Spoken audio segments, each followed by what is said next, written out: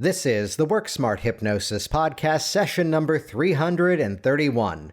Karen Hand on empowering your BS. Welcome to the Work Smart Hypnosis podcast with Jason Linett, your professional resource for hypnosis training and outstanding business success. Here's your host, Jason Linett. You know, it has become a bit of an annual tradition to bring Karen Hand back onto the program each and every year around the 4th of July.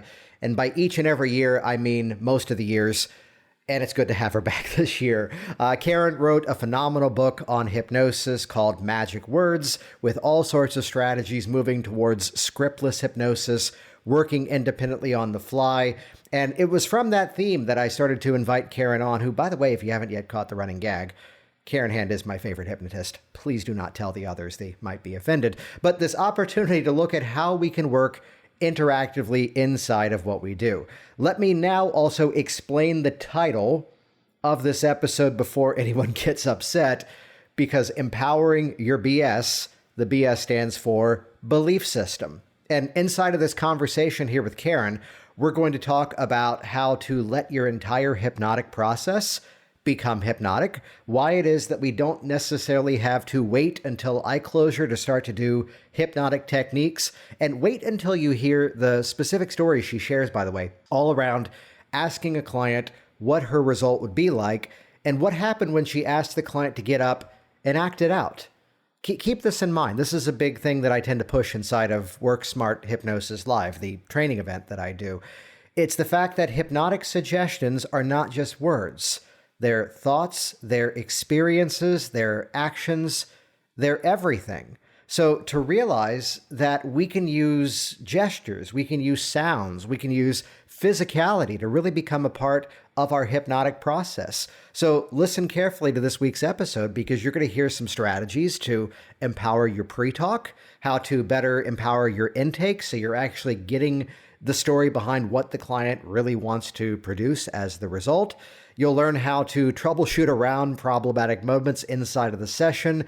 And we wrap up on an incredible note in terms of, again, independence, talking about what it means to run our own businesses and really have this ability to now direct our own lives and help people all around the world, whether it's virtual freedom by way of an online hypnotic practice, or even for those of you once again, seeing people in person as the world is reopening. You can check out the show notes at worksmarthypnosis.com to get the links to Karen's website. If you're listening after August of 2021, her new book will have been released. Either way, you can head back to the show notes at worksmarthypnosis.com/331. That'll give you the links and details of how to get in contact with Karen. And absolutely, I've seen an advance copy. It's good. Grab a copy of her newest book. While you're there too, on this theme of independence, this is why I teach hypnotic business strategies. That so many people from the ground up hit a bit of a challenge, because we get into this profession to help people. And it turns out that the skills necessary to run a business are left out of most trainings. Unfortunately, because there are too many people, I'll say it, that are teaching that are not actually doing the professional work of hypnosis. A big part of what I do is the reality that embedded inside of the sales process are a lot of the same hypnotic change strategies that you and I already know to help a client produce a change. And when you start to realize how to use your same skills to also bring those clients in, as you do to help them produce change, that's when the business process becomes fun. And the reason it's called Hypnotic Business Systems is because at its core, it's all the same strategies time and time again. I'll give you a quick preview, by the way. There's a 3-part interaction that's always going on in your business: audience, engagement, invitation. So this is where you've got to first find the audience. That's the audience. Then from there, engagement. You've got to have a reason for them to reach out to you, a reason for them to interact with you in some respect. And only then, and listen to this carefully, only then, once you've provided real value, that's in my world, once they finally see the invitation, which could be the sales offer, which could be the click here to schedule a time to have a consult, could be download this free thing. But that 3-step sequence, if you don't understand where you are and why you are at each and every step of the process, it's kind of hard to navigate people through that journey. and to even better have the digital business systems behind the scenes, which are very no cost to low cost in their applications. That's where so much of this helps you to indeed, yes, that's right, work smart. We are now settled here in Florida. This is the first podcast episode I did record in the new home production studio. You can see it, right? Okay, no, this is an audio session. And I will tell you the license plates are on order that say work smart. And it's Florida, so there's a manatee on it. I don't have a transition, but you can head over to worksmarthypnosis.com for the show notes or check out hypnoticbusinesssystems.com. I'll give you a free resource, though. Check out jasonwebinar.com. If you have not yet seen my presentation, 6 Steps to a Six-Figure Hypnosis Business, that'll give you 6 ways to get up and running even faster. And here we go, Hypnotic Independence, session number 331. Welcome back. Karen Hand on Empowering Your BS. So we're back once again talking about hypnotic independence, and this is a theme that I think it's now a reserved spot that Karen Hand has to have this spot every year around the 4th of July. Welcome back, Karen. Happy Independence Day. Thank you so much. I love independence. I love freedom. And thank you for having me, Jason. I love this spot. This year, yeah, we can say you officially get the spot now, although this year, I believe, as 4th of July happens on either a Saturday or Sunday. Yours is coming out before. And hey, Craig Mackay is next week, who owned a business called Freedom Hypnosis. Look at that. I know, that was just coincidence, but you get to claim it first, so you win. And you are my favorite hypnotist. Do not tell the others. There's a couple of things that you and I've talked about recently that I was going, let's get this on the program. But first of all, what have you been up to in terms of hypnosis the last, 2 years? I really haven't stopped because my business was mostly on Zoom to begin with. Yeah. So even my local clients prefer Zoom. So during that shutdown, I really didn't see a lot of difference in business, a little bit, but not a lot of difference in business. And so I just heavied up on training, which I like to do anyway. And it's really interesting that so many people have in this year so far have had online conferences. So it seems like there's something going on all the time, summits and conferences and all sorts of things. Oh my, online. So yeah, I'd love to go back to what you said though about already primarily being an online business, that even your local clients preferring it online. I mean, it's not like there's any traffic around the Chicago area, right? Well, that's the point. I had several clients who would come. I would live on the far north side of Chicago. Several people from the far south side or southwestern suburbs were spending an hour and a half to 2 hours in traffic to come for an appointment.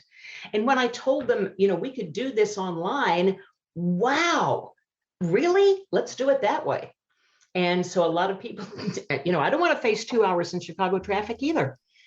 So it just makes more sense. I started doing it, Jason, because I wrote my first book. I had a global clientele, and I had to figure out a way to work with them, right? Skype wasn't my thing. So Zoom really answered that call. And then when that became available for even local clients, they loved it. Then during the pandemic, of course, we couldn't see people in person. And I had a couple of clients over that last year that lived within 2 blocks of my office. And they still Zoomed because we couldn't get together. Yeah. It's just so convenient. It's just too convenient to do it by Zoom. Well, I think that brings up, there was a dialogue that was in a Facebook group a while ago that someone was holding on to almost a bit of a negative opinion about how many of us were talking about online. But the reality becomes now it's that it has proven a long-term market viability. And it all comes down to framing in terms of how we present it. A big thing that I've said for years is that with a lot of my clients being entrepreneurs, you're not procrastinating about your business at my office. This is where I do my work, and you're procrastinating in your office. So why don't we do the work in the environment where you want to notice the changes? Because not just for the sake of convenience, I've seen a faster result by getting the work done where you want to notice the changes. In this way, that was because I found that to be true. And suddenly then again, pre-March 2020, everything was online. And, there does come the occasional opportunity, but this is the beauty of all of it, that we don't all have to do it the exact same way. Right. Oh, right. Right. And we shouldn't all do it the exact same way. And you just hit on my biggest pet peeve in our industry. My biggest pet peeve in our industry is a trainer, and there are many of them, a trainer who says, this is the right way to do it. This will work for everything. Do this for everything. It's the biggest negative BS I hear. And by that, I mean, yes, it's bullshit, but it's also BS is a belief system. Look at that transition you just pulled off. Look at that segue. Anybody who didn't yet know that this was already named episode 331, Empowering Your BS, welcome. Happy Independence Day. Go for it, Karen. Into the transition of independence, right? It's bullshit to say this technique, this system, this way to do it will work for everything all the time. Now let me give you a caveat with that. That particular technique, that particular system might work every single time for the person who invented it, or the person who believes in it, or the person who, well, there it is, the person who runs that BS. Mm-hmm. It's all dependent on belief system, okay? So a person who always does the same thing with their clients and has tremendous success, they believe that is the thing that always works. My BS, what I believe, my belief system is, that works for them because they are hypnotic around that technique or that idea. But that doesn't mean it works for everybody. Can I agree and challenge that at the same time? Absolutely. Okay. So first of all, I've said for years, never, ever, ever use absolutes.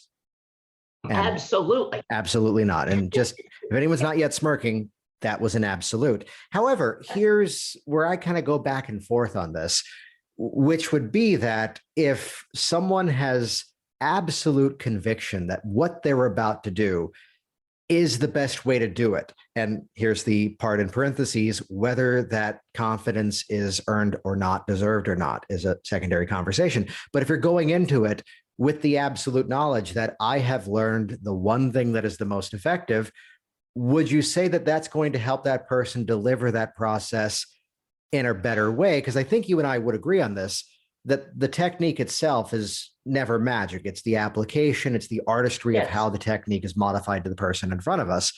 But it's where any one technique can be done poorly. It could also be done goodly. And this is a podcast all about choosing right words. Right. No, that's the other one. So there's this benefit that does come from this, dare I say, absolute mindset. And I think this is something we can often use to our advantage. I think about, there was a question one time at a training with Ron Esslinger out of Tennessee, and someone asked, what's the most effective hypnotic induction? And his response was something as simple as, the one you feel the most confident in doing.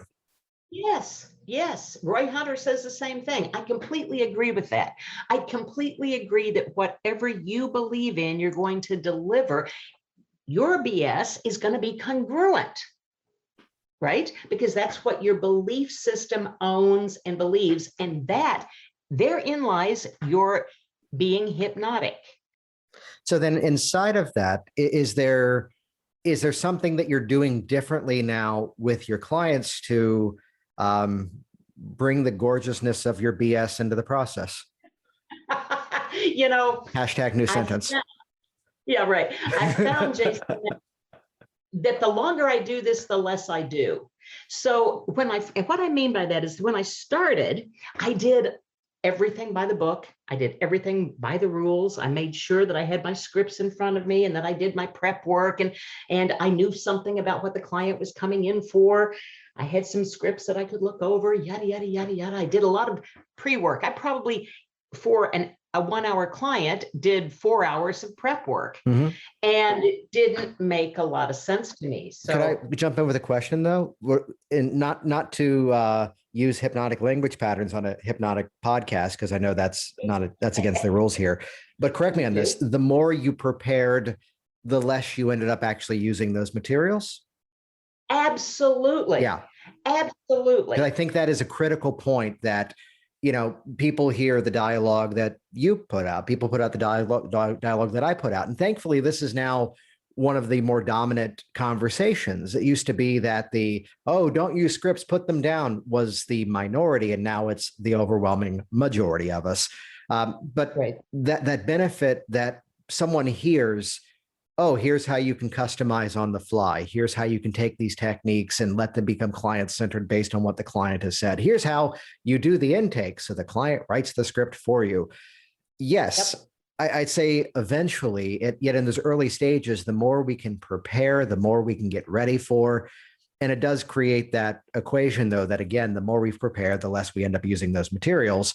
And the more we do that sequence, the less we end up having to do it all together. Because now we just know Right. it. That's right.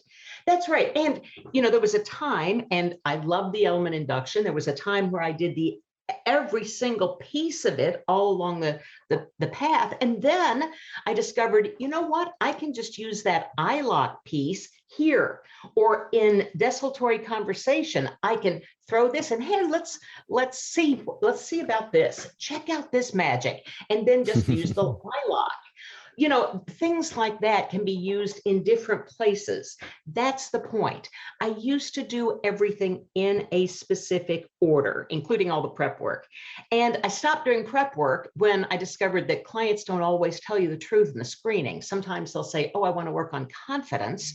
And then in your office say, what I really want is to work on erectile dysfunction. Well, guess what? Your confidence script might still work, but it might not. So if they change your mind, you got to be able to work on the fly. And that's how I learned all of this prep work is just a waste of time.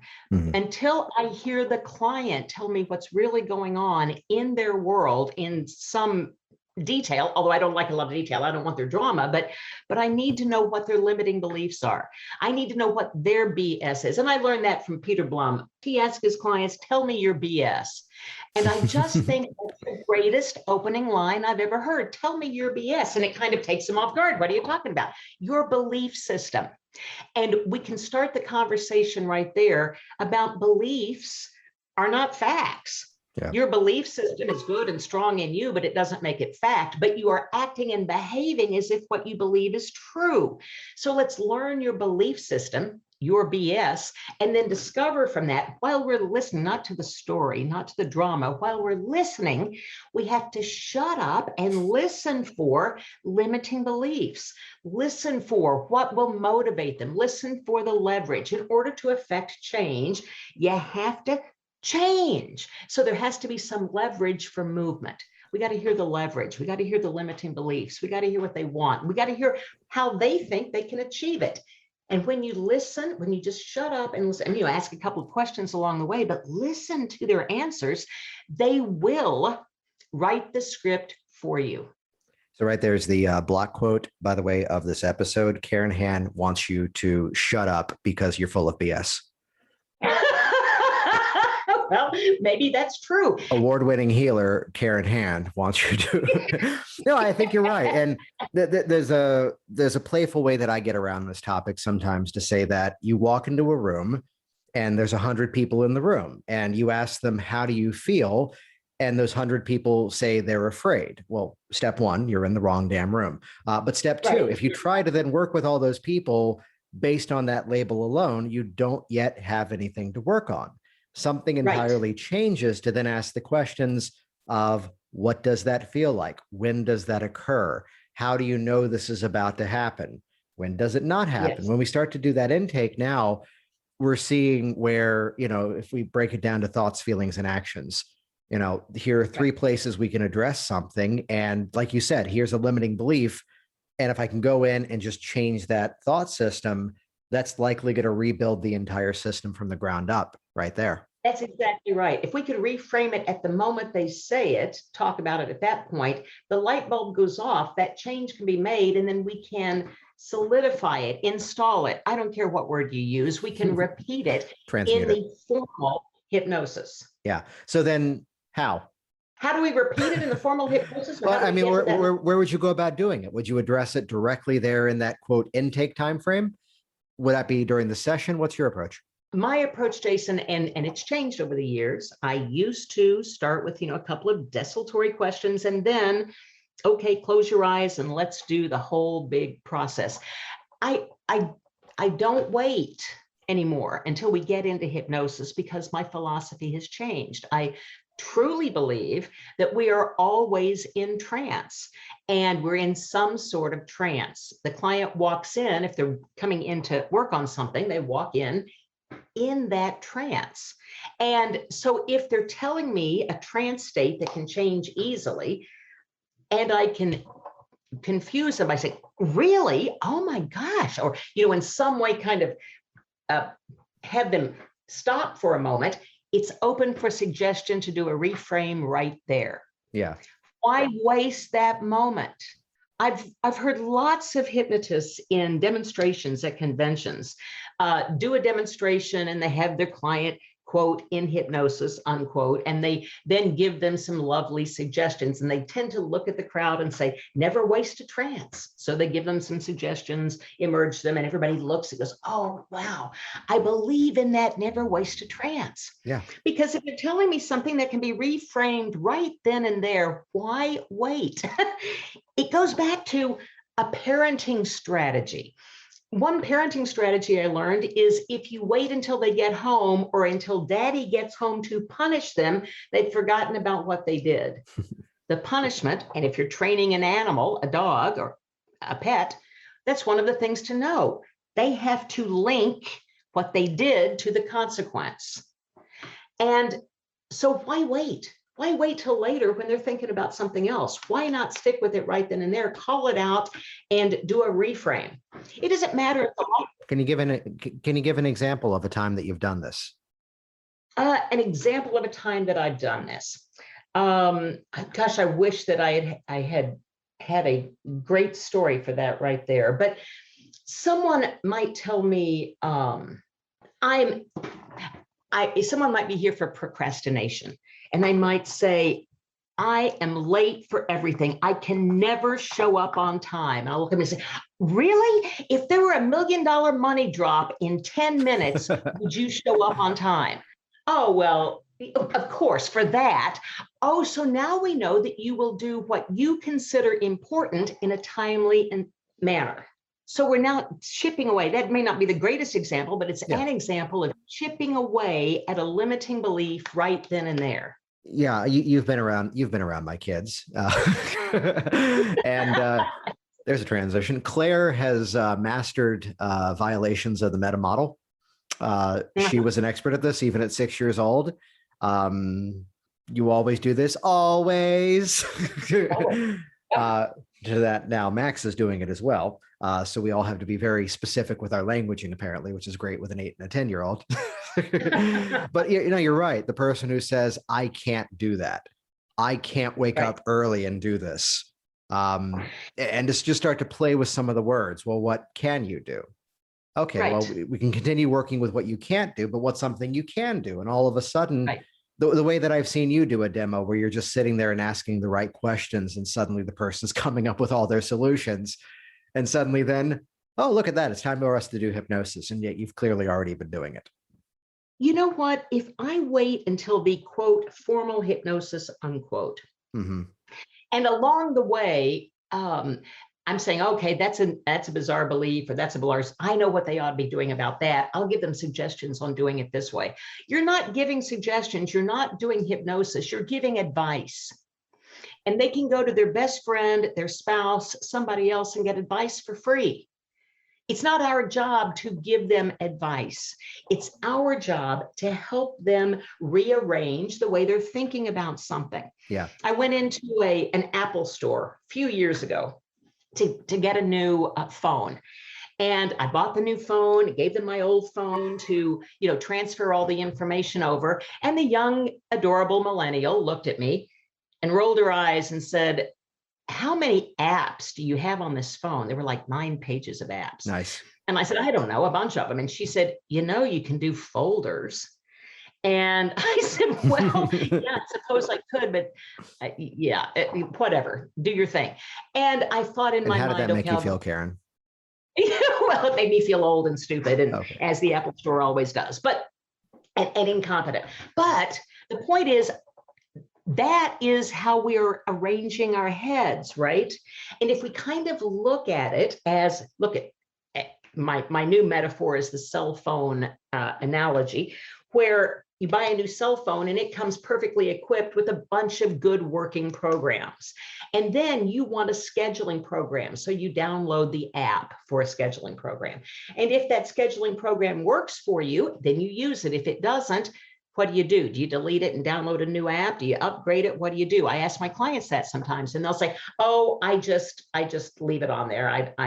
Which is what I had done when I had 9 pages of apps, right? I had just left the old apps that I wasn't using there. I have 1, 2, 3, 4, 5. I have 6. Okay. Well, the 6 and folders. The beautiful millennial pointed out to me that I am using battery life because those apps are running, they're in the background waiting to jump in, just like Alexa. She's always listening, waiting to jump in, right? She's always running in the background. It's always running in the background. So if we leave a lot of behavior apps that we downloaded along the course of growing up, if we leave those behavior apps running in the background without deleting them or upgrading them, they're just sitting there waiting to jump in and do something. Let's look at those apps and decide how we can change them, how we can rework them, how we can upgrade them or delete them. And that makes a lot of sense to my clients. They're not wrong. They're not bad. I love the NLP presuppositions. We're always doing the best we can with what we have in front of us. Yeah. You were doing the best you could at that point.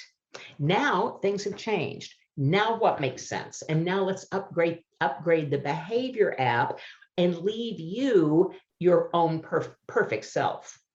Yeah, what's beautiful about what you're sharing. I was on a chat with someone just before we hopped on that they had some questions about the business program that I do, and the conversation went around to the question though about, working with a larger number of people. That, as she put it, she goes, "I'm just kind of getting started, but just it's wearing me down that sometimes people come in with some really serious issues," and has a background also as being a licensed professional counselor, now adding on hypnosis.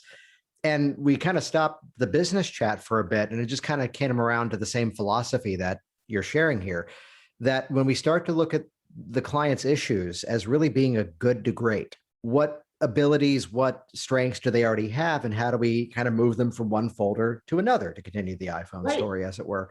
Yeah. And the beauty of this is, as we're here talking about empowering your BS, to let your BS, when again, we're talking belief system here, to let your belief system be known in terms of what you do. This is why a question that I very frequently ask, and heads up everybody, next week with Craig Mackay, oh my God, he gives an awesome answer to this. When we have that sort of universal structure of what really is happening when someone produces change, what's the overarching story behind how they move from point A to point B? And I've seen you do this too. And this also becomes part of our belief system, but part of the stories we tell in our marketing and our promotion. This is what brings in those clients who are ready to create that result. That's right. That's right. I prepare I mentioned earlier that I do less.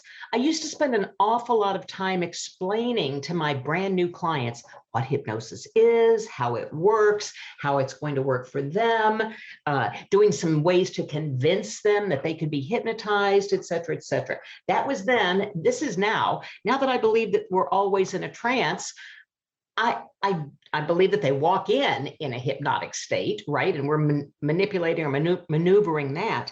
But I also don't spend much time convincing them about hypnosis anymore, because I personally would not make a reservation at an expensive restaurant without expecting good results. Yeah. I'm expensive. They're not going to make a reservation with me unless they already expect good results. So do I really want to bring up that there could possibly be in any way any negative results or anything other than walking out of here feeling great? I don't always expect a one session wonder. In other words, I don't always get it all done in one session. Sometimes we have multiple sessions, and sometimes we know that going in. But if I work with the client's beliefs are the easiest things in the world to change. Yeah. If you go with me on this metaphor, back in the olden days, everybody believed the earth was flat. And if you went too far, you would fall off the edge. Thank God the Vikings didn't believe that. It wasn't in their belief system. So they started sailing. They sailed all the way around the world. They came back. They were in perfect health. Everything was fine. Guess what? The earth isn't flat, it's round. And Viking cruise lines were born. People started taking vacations. The belief changed just like that. And guess what? Even when they believed that the earth was flat, it was just as round then as it is now. So beliefs are not facts, and beliefs change easily. I'm not talking religious beliefs, that kind of thing. Whatever you believe about yourself can change easily. So if someone has a negative belief about themselves or their abilities, we have all sorts of ways of turning that around. I had a weight loss client who told me she wanted to be a size 8. So I didn't wait till the formal hypnosis to install thoughts of being a size 8. I asked her, so as a size 8, what might you do? And she said, well, I would flirt more, and I would stand up straighter, and I would probably laugh more. And I asked her to stand up in the office and let's pretend being a size 8 right now. And she did. She walked with a sexy walk, and she was putting on this great little act as a size 8. And we went with that. So if you pretended to be a size, so you did such a good job pretending to be a size 8 right here in my office, what would happen if you spent the entire day pretending to be a size 8? She loved that idea and she ran with it. When she came back the next time, a week later, by the way, she was 3 pounds down without dieting, just being a size 8. She said she loved it so much she spent the week being a size 8. And what she discovered in modeling that behavior that she had in her mind was she walked differently. She said she got on the elevator and rode 6 floors down as she left my office the week before with a guy that she flirted with. And she said, I would never do that. And he flirted back. And as she pretended to be a size 8, she also noticed that a size 8 wouldn't eat the way she ate. And so she ate like a size 8. And her whole belief, her whole persona, and as she went further and further and further into this, her whole belief about herself improved. And she changed. Our leverage for change was just what she wanted to be. But as she pretended to be that, she made some changes and she loved it. I didn't have to wait to any kind of formal hypnosis to affect that change. That was in listening to her, what she wanted, and what can we do with that now? The beautiful part of that was here's a moment of, again, breaking away from the norm. This was part of the same chat I hinted at earlier of, people want to come in and talk about their problems because that's what I've been doing as a counselor all these years. It's like, well, as soon as you set the stage that something can be different. So when we hear that kind of goal, live as if I can do this, well, show me what that would look like as you had her stand up, you had her actually go through the actions. And the beauty of that is I flashed to a story from Laura King that talked about if you're working with an athlete and you don't know what they want to do, you turn around an iPad and you go, tell me what I need to search on YouTube so I can see the move you're trying to do better. And the benefit now is we see the end result. We, help them to right there.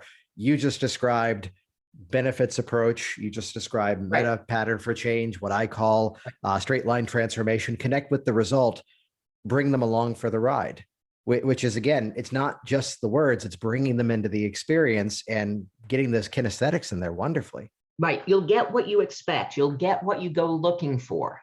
And as she went looking for a size 8, she got that in that. But that, Jason, was powerful hypnosis. Yeah. It was powerful for her to stand up and pretend out loud in front of another person. That was powerful. And anyone who thinks she wasn't in a very deep trance at that moment, I think you don't understand hypnosis. Well, how would you define trance?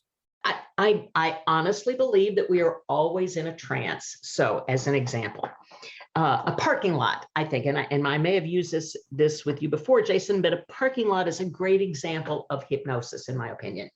A parking lot is a flat surface with a bunch of suggestions on it. They're usually yellow, the suggestions. And the suggestion is to park between these lines. Now, if you go into a parking lot in the perfectionist trance, you're going to park perfectly between those lines. If you go into the lot in a parking trance, you're going to park in those lines, pretty close. You go into that parking lot in the I'm in a great big hurry, got to get out of here trance, you're going to park in the first place you find, whether it's between the lines or not, go in and do your thing and come back out and leave. Those are all trance states, right? And we go into and out of them all the time. Jason, using your example, you and Michelle, your wife, operate differently on date night than you do on a night out with the kids. Those are two different trance states. That's the husband-wife trance state. This is the parental family trance state. We go in and out of those all the time quite naturally. What I've come to love is watching my client go in and out of trance. When you do wide awake hypnosis, uptime hypnosis, you're watching the trance states. I learned this one best from my husband. If I'm telling him a detailed story about something I find super interesting, but is out of his wheelhouse, I can watch him look at me and nod and his eyes glaze over, and I know when I've lost him. That was a great education for me. Thank you, Mom, for teaching me that. I just saw you go into the I'm not listening anymore trance. Yeah. If you watch, you can watch those trance states change. And when we stop thinking that hypnosis is something that we do to somebody, it really isn't. There's a difference between hypnosis on purpose and accidental hypnosis. Accidental hypnosis is that kind of thing where somebody says something to you and it changes your whole belief system just in, casual conversation. A kindergartner who spends the whole day in kindergarten doing the perfect picture, and they bring it home and they show it to mommy and they go, "Mommy, look at my picture." And she takes it because she's busy. She's got two other kids she's worrying about and she's cooking dinner. And she says, she throws it on the table and says, "Well, you're never going to be an artist." A little kid who really wants to impress mom and is very has an external locus of control is going to be gobsmacked by that attitude. And then there are other little kids who are just going to go, "Okay, whatever," and go on. But accepting that suggestion that you're never going to be an artist, right, could land on somebody in a very negative way. Accidentally, mom didn't mean to hurt her kid, but that's accidental hypnosis that takes a powerful form. Our client comes into our office 30 years later saying, "I can't draw. I'm afraid to draw anything. I need to change that." Well, we go back and find out where that came from and change the perceptions. Because if we go back to that initial sensitizing event, not that you have to do that every time, but in this particular case, the client that I'm quoting to you went back to the initial sensitizing event, saw that mom threw her picture on the table and she registered negativity about herself. As we re-looked at that, I like to throw, this is going to sound bad, but I like to throw kids all over the floor in my office. So we took that little kid, okay, that 6-year-old, that little 6-year-old, let's set him down here on the floor. And then my client will put him down there and look at her. Is there anything wrong with that little one? Well, no, she's adorable. She's really cute. And when you see your clients looking at that space on the floor where they put that child and talking to it and relating to it and then reincorporating that child, that's hypnosis, even if their eyes are wide open. And then if we later get an 11-year-old or a 2-year-old and put them someplace else on the floor, the interesting thing is when we talk to any of those aspects, they're looking at right where they put that little one. They'll move. Yeah. And that, my friend, is hypnosis, because they are in their own head. They're in their own trance. They're seeing their own stuff. That's what we have to know. We don't give advice. Please stop giving advice. That's not your job. Your job is to get in their head. Leave your BS at the door. Leave your belief system at the door and work in their head. Get their belief system and discover what can be changed or altered. An NLP presupposition: if something doesn't work, try anything else. find out what they're doing, and then try anything else, and you'll at least get a different result. I love that approach. I have a bit of a yes and on top of it, which is agreeing and just giving one little flavor, a nuance to this. I do have to tie up a thread, though, from like 5 minutes ago. Karen, do you know why there's no longer any Vikings? No, why? They fell off the edge of the earth. So the yes and is that there's always something hypnotic going on. Yes. But on top of that, I'd throw in the additional part of the definition that a hypnotic trance, we can say, is when that internal story overrides the external reality. And by grabbing a hold of that, it's so much easier to change the internal story, which is then going to domino affect the external. So this often gives us a much better entry point, that it's not just, let's say, for a weight loss client, to eat this, don't eat that. It's what are the belief systems? Hey, look at that. What's the BS that they're holding on to? What's the story that they're telling themselves? And as soon as we change that, like your example, she could actually now associate into that, which then created that domino effect where things begin to fall in the right place. Right. We found something that she liked, pretending it was fun for her. And that was the entree into change, because asking her to follow some sort of rules may or may not have worked. But pulling this out, what she really wanted was to be a size 8. Well, what does that mean? What does that look like? Yes, that changes things. That changes her actions. We need to know, the trigger, the thought, the action, and the consequence. There's the behavior change. The trigger, the thought, the action, and the consequence. Well, when she started thinking a different thought, she started believing a different thing. What was the question that you had asked a little while ago around what is that? What's the size 8 to you? What does that mean to you? What was the phrasing of that? What would that be like for you? What does that mean to you? Yeah, how does that work? That specifically around the what does it mean to you is where suddenly we get the issue they come in for may have a rather direct entry point. I have to give a disclaimer to this quick story that anything questionable I'm about to say is a direct quote. So blame the client, not me. No, but it was somebody, she was in her mid-50s. She was having some issues around weight loss. And all I asked was, what does it mean to you to have this weight be gone? And that moment where someone's kind of carrying on this sort of professional put on demeanor, and then you see that just kind of collapse. Yes. It was that moment where she goes, I feel invisible. I walk into a room and I'm a real estate agent. I'm really good at what I do, but now I fit into an archetype in society that I'm the matronly mother character that kind of fades into the background. Her words, when I get this weight off my body, I'm going to walk in the room like a gilf who gets shit done. Which I had never heard those 4 letters put together. I did not have to look it up. I was able to figure it out myself right away. But that clearly was the belief system that then became the foundation for, that was then the filter. That was then the sort of phase that everything was going through. That then, yes, then here came the techniques. Yes, here came the hypnotic process, but everything was now going into that filter, as that's now the thing that makes that decision as to those choices and those actions. That's exactly right. Because you don't assume you understand their metaphors. Don't assume you understand what is in their head. When they say, I want more confidence, what does that mean? What does that mean to you to have more confidence? Where have you had confidence in your past? What have you done to achieve that confidence in your past? Those are all great questions that elicit answers from them. You want in their head to find out what they can do.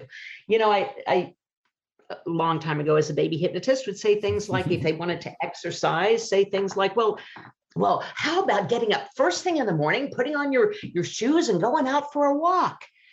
And a client said to me at one point, oh, I couldn't do that. I've got a baby and I couldn't do it first thing in the morning. Oh, well, how about in the evening? No, that's when I'm cooking dinner. Oh my God, that's 2 areas of lost rapport. Now we're not on the same page. Yeah. So I stopped saying, how about if you do this, and say, what might you do? How might you do that?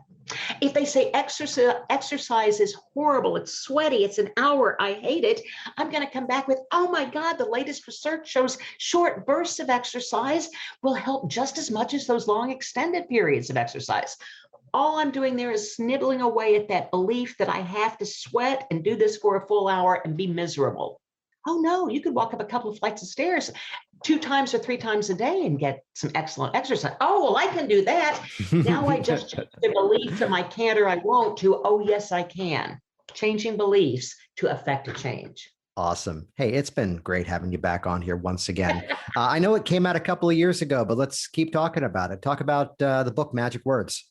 Oh, I would love to talk about magic words and language patterns, The Hypnotist's Essential Guide to Crafting Irresistible Suggestions. It's a brilliant book, and you really need to have it in your library. But I've got another one, Jason, I'd love to mention if you don't mind. The new coming out. I know I'm not supposed to do this. Trance Dance, the hypnotic art of leading and following, will be all about exactly what we're talking about. How to ask the right questions and get the answers from your client. So all you have to do is fill in the blanks of a template and you've got your script. If you want to use a script, otherwise you just go from your client's belief system and run with it. Or internalize the patterns so they're there when you're ready for them. That's right. Exactly. Yeah, which I know that's coming out a little bit later after this episode releases, though at any time we will update the show notes at worksmarthypnosis.com. So we'll make this easy. worksmarthypnosis.com/331. As that comes out, we'll go back in time and we'll add in that link. Though, Karen, where else can people track you down? They can find me at karenhand.com. That's Karen, hand, Hand. Remember, I'm the right hand. Choose me. Shake with me. Karenhand.com. It's easy. You can email me at Karen@karenhand.com. And Jason, thank you so much. You are the best in our business. And for you to go to all the trouble of updating things and doing things like that, that's part of what makes you the best in our business. Well, thank you. Thank you. Although I always have to throw in the statement that it takes a team. I posted this morning online that I was prepping the certificates from a recent class that wrapped up and someone commented, "You need an assistant." And I responded, "I have several of them that are digital. I like doing this thing maybe 4 or 5 times a year. And also the kids help out."